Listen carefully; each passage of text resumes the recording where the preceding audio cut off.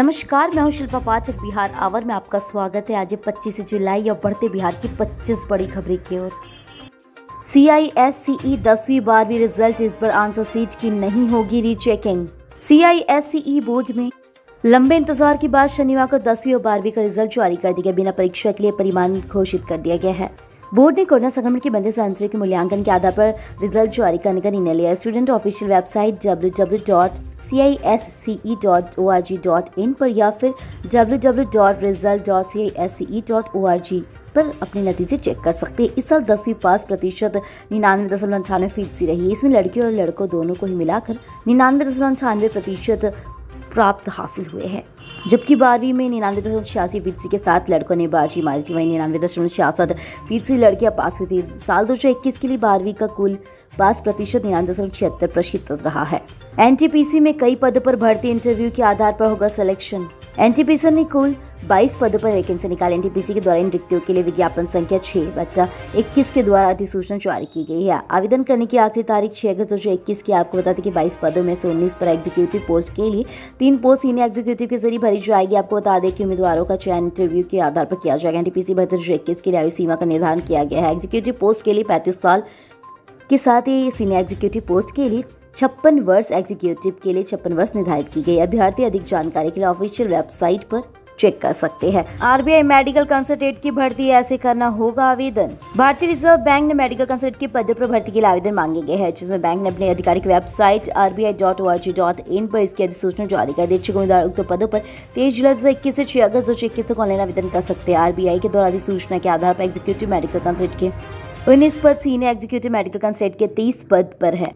ऐसे में उम्मीदवार जिनके पास 3 पद होगी, एलोपैथिक में किसी भी मान्य प्राप्त विश्वविद्यालय से MBBS की डिग्री के साथ किसी भी अस्पताल या क्लिनिक में कम से कम 2 वर्ष कार्य करने का अनुभव हो, वह इन पदों के लिए आवेदन कर सकते हैं। बैंकिंग सेवा में अधिकारी बनने का मौका, नाबार्ड में ग्रेड A और B पदों के लिए 162 वैकेंसी। राष्ट्रीय कृषि और ग्रामीण विकास बैंक में ग्रेड A और B अधिकारी पदों के लिए कुल 162 रिक्तियां निकाली गई। जी हाँ, जिसमें 155 रिक्तियां ग्रेड A अधिकारी पदों के लिए, इसमें से 48 पद ग्रामीण बैंक सेवा स्ट्रीम के लिए है, 5 पद राजभाषा सेवा स्ट्रीम के लिए है तथा 2 पद 2 प्रोटोकॉल और सुरक्षा सेवा स्ट्रीम के लिए है। ग्रेड B पदों के लिए 7 रिक्तियां हैं, जिसमें से RDBS स्ट्रीम के लिए नवाद ग्रेड A और B दोनों वर्कशॉप के लिए आवेदन प्रक्रिया शुरू हो चुकी है। कैंडिडेट 7 अगस्त 2021 तक इसके लिए ऑनलाइन आवेदन कर सकते हैं। इसके लिए वेबसाइट www.nawad.org पर कर सकते हैं। कोरोना बीते दिनों देश में 39,04,096 केस आए सामने। देश में कल को लेकर कोरोना के 39,496 संक्रमितों की पहचान। इस दौरान 35,124 लोगों ने महामारी को मात दी। 541 लोगों ने संक्रमण की वजह से मौत दी हो गई है। इस तरह एक्टिव केस यानी इलाज कर संक्रमितों के आंकड़े में 3,831 के पास रिकॉर्ड पहुंच गई है। जुलाई में 23 दिनों की बात करें तो यहाँ 5 बार एक्टिव केसों में बढ़ोतरी देखी गई। शुक्रवार को पहले 7, 14, 20 और 21 जुलाई को भी इलाज कराए मरीजों की संख्या बढ़ा दी गई। देश में 8 राज्यों में पूर्ण लॉकडाउन जैसी पाबंदियां, इसमें से पश्चिम बंगाल, हिमाचल प्रदेश, झारखंड, उड़ीसा, तमिलनाडु, मिजोरम, गोवा और पुडुचेरी शामिल है। यहाँ पिछले लॉकडाउन जैसे ही कड़े पाबंदी अपनाए जा रहे हैं। बिहार के 3 जिले कोरोना फ्री, 25 जिलों में 581 एक्टिव केस सामने।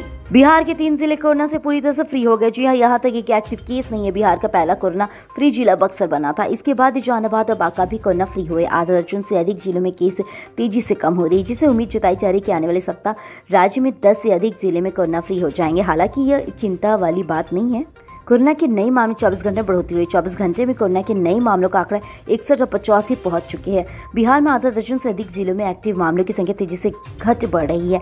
यहाँ एक्टिव मामलों का आंकड़ा 5 से भी कम रहा है। औरंगाबाद में 4, गया में 2, गोपालगंज में 3, कैमूर में 4, मुंगेर में 4, नवादा में 5, शिवहर में 4 और एक्टिव मामले सामने आ रहे हैं। बिहार में कोरोना की जाँच बढ़ा दी गई है। रिटायर कर्मचारियों के लिए बड़ा फैसला, मिल सकता है नौकरी का मौका। बिहार सरकार ने तय किया कि रिटायर कर चुके राजपत्रित व अराजपत्रित कर्मियों की सेवा के लिए अगले 1 वर्ष की संविदा पर ली जाएगी। यह व्यवस्था 1 और अप्रैल 2020 से जुलाई 2021 के बीच रिटायर हुए कर्मचारियों के लिए होगी। सामान्य प्रशासन विभाग ने शुक्रवार को संचय का संकल्प जारी किया। संविदा पर नियोजन उसी पर के विरोध किया जाएगा जिस पद पर संबंधित सरकारी सेवक रिटायर हुए हैं। उच्च न्यायालय के आदेश से वर्तमान में बिहार सरकार प्रणीत का मामला अवरुद्ध है। सेवा नीति तो प्रणीति बाधित रहने की वजह से बड़ी संख्या में रिक्ति भरी जा रही है। नेपाल से बिना शुल्क चुकाए नहीं प्रवेश कर सकेगा कोई मालवाहक वाहन। लोकहा में सीमा शुल्क कार्यालय। भारत सरकार भारत नेपाल सीमा पर लोकहा के सीमा शुल्क कार्यालय बनाए जाएंगे। मंत्रालय ने सेवानिवृत्त बनने के लिए इसकी प्रक्रिया तेज कर दी। जिला प्रशासन की ओर से करीब 254 एकड़ जमीन का अधिग्रहण किया जा रहा है। जिला प्रशासन राजस्व विभाग जमीन अधिग्रहण की पूरी प्रक्रिया पर निगरानी रख रहा है। अधिकारी के अनुसार भारत नेपाल बॉर्डर के पास ही भारतीय सीमा में सीमा शुल्क कार्यालय खोला जाएगा, जिससे सीमा शुल्क कार्यालय खुल जाने के बाद बिना शुल्क चुकाए मालवाहक वाहन प्रवेश नहीं कर पाएंगे। कार्यालय खुलने के बाद खौटाना प्रखंड के लोकहा बॉर्डर पर शक्ति बढ़ दी जाएगी। साथ ही अधिकारियों के अनुसार भारत नेपाल के लोकहा सीमा पर नेपाल ने अपने क्षेत्र में सीमा शुल्क कार्यालय तैयार कर लिया है। अब भारत में कार्यालय खोलने की तैयारी चल रही है। कार्यालय शुरू होने के बाद बॉर्डर पर धड़ल्ले से आवाजाही पर पाबंदी लगेगी। बड़ा रेल हादसा टला, टूटी पटरी पर दौड़ने वाली थी हावड़ा बीकानेर एक्सप्रेस। पंडित दीनदयाल गया रेल मंडल पर पसौली रेलवे स्टेशन के पास से शनिवार को गुजर रही हावड़ा बीकानेर की एक्सप्रेस दुर्घटनाग्रस्त होते होते बच गई। जी हाँ, ट्रेन अपलाइन में मुगलसराय जा रही थी। रेल की पटरी टूट गई, जिसे देखकर किसानों ने ट्रेन के डिवाइडर को लाल गमछा दिखाना शुरू कर दिया। ड्राइवर ने स्टेशन मास्टर से पूछा। स्टेशन मास्टर ने अपने विवेक से काम लेने की सलाह दी। ड्राइवर ने इमरजेंसी ब्रेक लगाकर ट्रेन रोक दी। अब पटरी पुसौली छेना से लेकर 1 किलोमीटर पश्चिम खटाव गांव के पास टूट गई थी। चालक की स्थल पर चालक जाकर देखा तो पटरी टूट गई थी। वहीं स्टेशन मास्टर ने ग्रामीणों की तत्परता देखकर माला पहनाकर मिठाइयां खिलाकर सम्मानित किया। स्टेशन मास्टर ने बताया कि एक बड़ा हादसा होते होते टल गया। जहानाबाद जेल में बंदी की मौत, सड़क पर बवाल, महिला सिपाही की मौत। बिहार में जहानाबाद जिले की मंजिल कारा में एक बंदी की मौत हो गई। मौत की सूचना मिलने के बाद ग्रामीणों ने निहालपुर के समीप NH 110 को जाम कर दिया। परिजनों का कहना है कि इलाज में कोताही बरतने के कारण गोविंद माझी की मौत हो गई। NH जाम करने की मिली सूचना पर पुलिस पहुंची। आकर्षित ग्रामीण भीड़ बढ़ गए। मिल्क नेटवर्क से जुड़े जाएंगे पश्चिम चंपारण के 3000 पशुपालक। जिले में दूध उत्पादन की अपार संभावना है। प्रतिदिन दूध का उत्पादन करीब 25,000 लीटर हो रहा है। इसमें 14,000 लीटर दूध का ही वाणिज्य मूल्य मिल रहा है। 3,000 पशुपालकों के द्वारा वादित करीब 40,000 लीटर कम मूल्य का बेचना पड़ रहा है। साथ ही विभागीय सूत्रों से मिली जानकारी के अनुसार 3,000 किसानों को अब तक किसी भी मिल्क नेटवर्क से नहीं जोड़ा जा रहा था। जिलाधिकारी कुंदन कुमार ने सुधा सहित अन्य मिल्क नेटवर्क के अधिकारियों से ऐसे किसानों को जोड़ने को कहा ताकि वे वाजिब मूल्य बिल मिल सके। साथ ही हाल में मनरेगा के द्वारा किए जा रहे जिले सर्वेक्षण के अनुसार यह स्थिति प्राप्त हो गई है। डीएम का कहना है कि जो दुग्ध उत्पादन संयुक्त समिति किन्हीं कारणों से स्थिर रह गई थी, उन्हें अविलंब सक्रिय करने की आवश्यकता बढ़ गई। इधर सुधा के प्रबंध निदेशक ने बताया कि पश्चिम चंपारण जिले में समिति स्तर पर 186 के साथ ही डाटा मिल्क यूनिट स्थापित किए जा रहे हैं, जिसमें सुबह शाम दूध की जांच समिति स्तर पर की जा रही है। DMCH में ऑक्सीजन प्लांट लगाने का काम अंतिम दौर में। दरभंगा मेडिकल कॉलेज अस्पताल के 3 गैस प्लांट में निवचेतना विभाग के ऑक्सीजन गैस प्लांट निर्माण का काम अंतिम दौर में है। इसकी क्षमता लिक्विड मेडिकल ऑक्सीजन 20,000 लीटर रखने की है। अब इसे चालू करने के लिए गुजरात से लिक्विड ऑक्सीजन गैस की आपूर्ति होगी। इसके साथ ही कुछ उपकरणों को लगाने के लिए इसे चालू किया जा सकता है। इस प्लांट में जाने के लिए एक नए रास्ते का निर्माण कराया जाए, जो 2 ऑक्सीजन गैस प्लांट का सिविल वर्क चल रहा है। इसमें एक का काम केंद्रीय OPD और दूसरे का शिशु रोग विभाग में है। इसमें केंद्रीय OPD में भी ऑक्सीजन गैस प्लांट के लिए शुक्रवार को मशीन उपकरण की आपूर्ति हो गई। इस प्लांट के लिए अभी मिट्टी भराई जा रही है। प्रचार डॉक्टर KN मिश्रा ने बताया कि तीनों गैसों प्लांट में 15 अगस्त से चालू किए जाने हैं। बिहार DSP को सरकार ने बना दिया दरोगा। बिहार में एक अजीबोगरीब मामला सामने आया। 2 साल पहले बिहार पुलिस के जिस इंस्पेक्टर को DSP के पद पर प्रोन्नति दी थी, अब सरकार ने उन्हें उससे ही एक पद नीचे दरोगा बना देने का आदेश जारी कर दिया। यही नहीं, सरकार उन लोगों को खोजने में लगी जिन्होंने इस अधिकारी को प्रमोशन दिया था। अब प्रमोशन देने वाले पर कार्रवाई की जद में आएंगे। दरअसल यह मामला पुलिस अधिकारी त्रिपुरारी प्रसाद से जुड़ी हुई है। 2019 में त्रिपुरारी प्रसाद को इंस्पेक्टर DSP के पद पर प्रमोशन दिया गया था, लेकिन सरकार के गृह विभाग के द्वारा जारी अधिसूचना के अनुसार अब DSP के प्रमोशन को रद्द कर दिया गया। खास बात यह है कि सरकार ने इससे पहले अधिकारी को दरोगा से इंस्पेक्टर पद में जो प्रमोशन दिया था उसे भी रद्द कर दिया। अब वापस से त्रिपुरारी प्रसाद को दरोगा बना दिया गया है। साथ ही गृह विभाग ने निर्देश जारी कर दिया है कि जिन लोगों ने दरोगा को प्रमोशन देकर DSP बनाया था, उनके खिलाफ जांच की जा रही। त्रिपुरारी प्रसाद 2006 में बिहार पुलिस के विशेष शाखा में दरोगा थे। इस दौरान निगरानी विभाग ने उनके खिलाफ भ्रष्टाचार का केस दर्ज किया था। यह मामला इनके खिलाफ अब भी जारी है। चुनाव ड्यूटी में लगे वाहन चालकों को भी मिलेगा अनुग्रह अनुदान। पंचायत आम निर्वाचन के दौरान सरकारी सेवकों और सुरक्षा कर्मियों की तरह से चुनाव कार्य में लगे गैर सरकारी कर्मचारियों को अनुग्रह अनुदान देने की राशि दी जाएगी। ये फैसला पंचायती राज विभाग ने की है। साथ ही इस फैसले के अंतर्गत चुनाव प्रतिनिधि, अभियंता, कर्मी, चौकीदार व ग्राम सुरक्षा दल के सदस्यों के साथ साथ अधिकृत वाहनों के चालक की भी आच्छादित रहेंगे। योजना के तहत उग्रवादी के साथ ही असामाजिक तत्वों की हिंसात्मक कार्रवाई व कोविड-19 के कारण मृत्यु होने की स्थिति में 30 लाख रुपए का अनुग्रह अनुदान दिया जाएगा। इसके साथ ही स्वाभाविक मौत हो जाने के पश्चात सरकारी कर्मचारी को 15 लाख की राशि दी जाएगी। हालांकि कोविड-19 से मरने वालों की जिलाधिकारी को अपनी अनुशंसा में स्पष्ट करना होगा। संबंधित व्यक्ति की मृत्यु निर्वाचन करते हुए पर रहने के दौरान ही संक्रमित होने से हुई सरकार के इस निर्देश पर वाहन मालिक संघ ने प्रसन्नता जाहिर की है। बेतिया वाल्मीकि टाइगर रिजर्व में 5 शिकारी गिरफ्तार। बिहार के वाल्मीकि टाइगर रिजर्व के वन क्षेत्रों में शिकारी तस्करों की घुसपैठ होने की जंगली जानवर पर खतरा मंडराने लगा है। अंतर्राष्ट्रीय शिकारी तस्करों समेत स्थानीय तस्करों की भी नजर अब वीटीआर में वास करे जंगली जानवरों पर पड़ने लगे है। बगहा पुलिस के जिले के वाल्मीकि टाइगर रिजर्व में वन विभाग की एक टीम ने 5 शिकारियों को गिरफ्तार कर आरोपी के पास से हथियार और जाल की भी बरामदगी की गई है। गिरफ्तार हुए शिकारी तस्करों की घुसपैठ की सूचना पर वन कर्मियों के द्वारा टीम हाई अलर्ट पर है। इसके साथ ही विशेष टीम का गठन कर हर छापेमारी की जा रही। बरसात के मौसम में वीटीआर के तस्करों की चहलकदमी बढ़ती जा रही है। गया महत्वपूर्ण कर्मकांड चला नहीं होगा पिंडदान। लॉकडाउन की वजह से लगता है दूसरी बार पितृ पक्ष का मेला नहीं लगेगा। जी हाँ, नतीजन पिंडदान भी नहीं होगा। गया शहर से महज 15 किलोमीटर दूर प्रेतशिला पर्वत पर इस बार आत्माएं भूखी रहेगी। हिंदू धर्म में पुनर्जन्म की मान्यता अब तक पुनर्जन्म या मोक्ष नहीं होता। आत्माएं भटकती इसकी शांति या शुद्धि के लिए पिंडदान किया जाता है ताकि वे जन्म मरण के फंदे से छूट जाए। यह हर वर्ष अगस्त व सितंबर में लाखों लोग देश विदेश के विभिन्न कोने कोने से आते अपने घर के सदस्य की आत्मा की शांति के लिए पिंडदान करते हैं। उच्च शिक्षा में बड़ा बदलाव। 5 साल में छात्राओं ने हर महीने में छात्रों को पीछे छोड़ा। उच्च शिक्षा में नियमित माध्यम से पढ़ाई करने वाली लड़कियों की संख्या में जबरदस्त इजाफा हुआ है। जी हाँ, अहम बात यह है कि बिहार में उच्च शिक्षा के करीब सभी आयामों के छात्रों के नामांकन का अनुपात छात्रों की तुलना में बेहतर है। पिछले 5 वर्षों में नियमित माध्यम से उच्च शिक्षा में लड़कियों की संख्या 85,910 का इजाफा हुआ था, जबकि इसकी मास समयावधि में छात्रों की संख्या केवल 23,218 का इजाफा हुआ। अब यह इस रुझान बनाया जा रहा है कि अगले 5 साल में उच्च शिक्षा के विभिन्न आयामों में लड़कियों का नामांकन लड़कियों की तुलना में लड़कों से अधिक हो गई है। इस विधायक को है शराब तस्कर से जान का खतरा, मांगी सुरक्षा।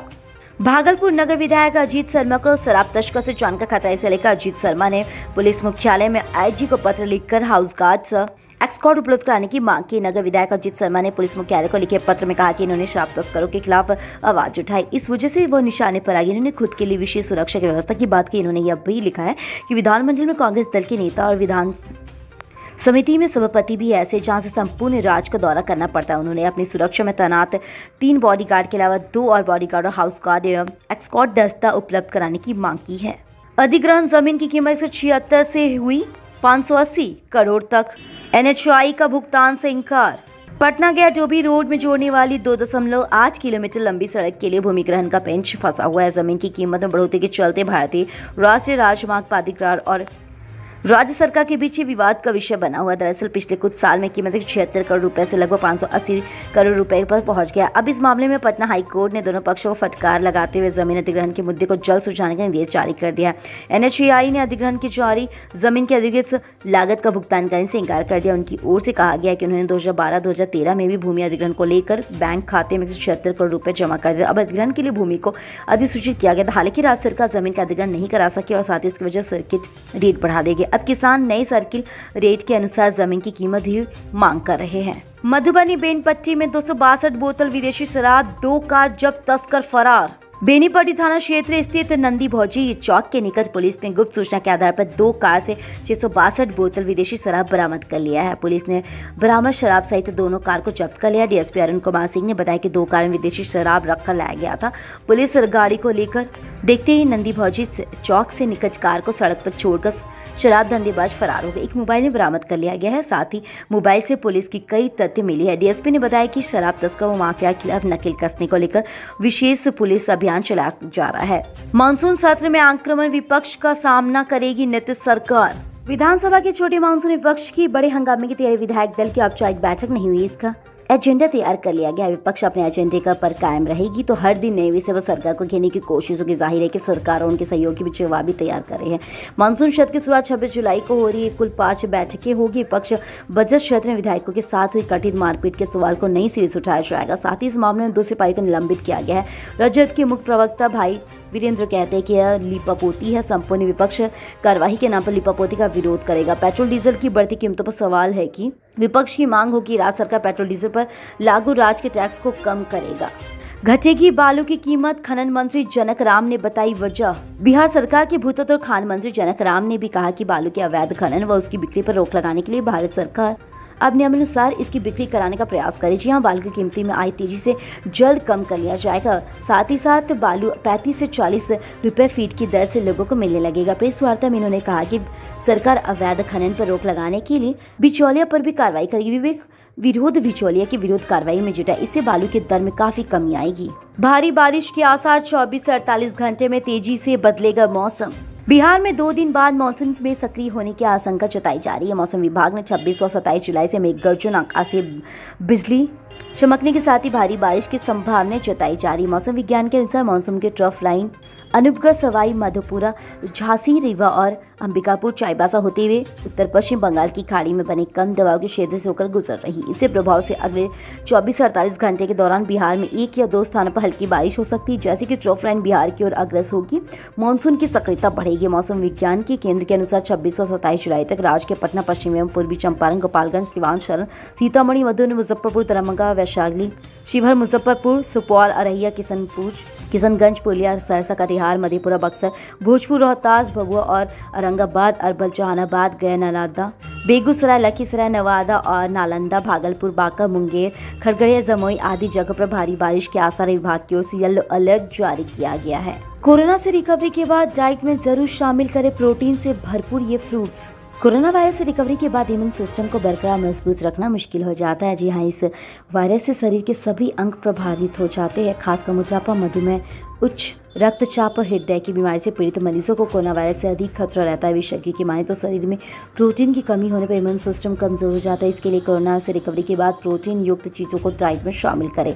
शरीर को सेहतमंद रखने के लिए कई प्रकार के पोषक तत्व की आवश्यकता होती है। खासकर प्रोटीन से शरीर में ऊर्जा का संचार होता है। इसके लिए स्प्राउट बेहतर विकल्प है। इसमें protein, magnesium, phosphorus, manganese, vitamin C और ई पाए जाते हैं। इसके लिए कोरोना संक्रमित मरीजों को रिकवरी के बाद रोजाना स्प्राउट का सेवन करना चाहिए। इम्यून सिस्टम मजबूत करने के लिए अपनी डाइट में 1 बाउल दाल, बीन्स या चने को जरूर शामिल करें। इसमें iron, zinc, vitamin, selenium, amino acid प्रचुर मात्रा में पाई जाती, साथ ही प्रोटीन का प्रमुख स्रोत है। इसमें omega 3 fatty acid, vitamin D, B, calcium, phosphorus, zinc, iron, sodium, potassium, magnesium पाए जाते हैं। साथ ही इसमें एंटी इन्फ्लेमेटरी के गुण भी पाए जाते हैं। अगर इम्यून सिस्टम कमजोर होती है तो मछली का सेवन रोजाना करें। कल हमारे द्वारा पूछे गए सवाल के जवाब आप में से बहुत से जिसने हमें कमेंट करके दिया, उसके लिए आपका बहुत बहुत धन्यवाद। आप में से जिन यूजर्स के जवाब अच्छे लगे उनके नाम है विकास कुमार ठाकुर, मनीष शर्मा, कन्हैया कुमार और टुनटुन ओझा। आप हमारे सवाल के जवाब देते रहे, हम कल आपका नाम लेने की पूरी कोशिश करेंगे। तो चलिए बढ़ते आज के सवाल की। और आज के सवाल कुछ इस प्रकार है। क्या रिटायर हो चुके राजपत्रित और अराजपत्रित कर्मियों की सेवा भी अगले 1 वर्ष के लिए संविदा पर लिया जाना सही है? अपने जवाब हमें कमेंट करके जरूर बताएं। इसके साथ ही आज के लिए बस इतना ही। कल की खबरों के लिए हमारे साथ जरूर रहे। अगर ये वीडियो आप हमारे YouTube पर देख रहे हैं तो चैनल को सब्सक्राइब करें और बेल आइकन दबाना ना भूलें। और अगर आप ये वीडियो हमारे Facebook पर देख रहे हैं तो पेज को लाइक करें और ज़्यादा से ज़्यादा शेयर करें। सुरक्षित रहे, स्वस्थ रहे। धन्यवाद।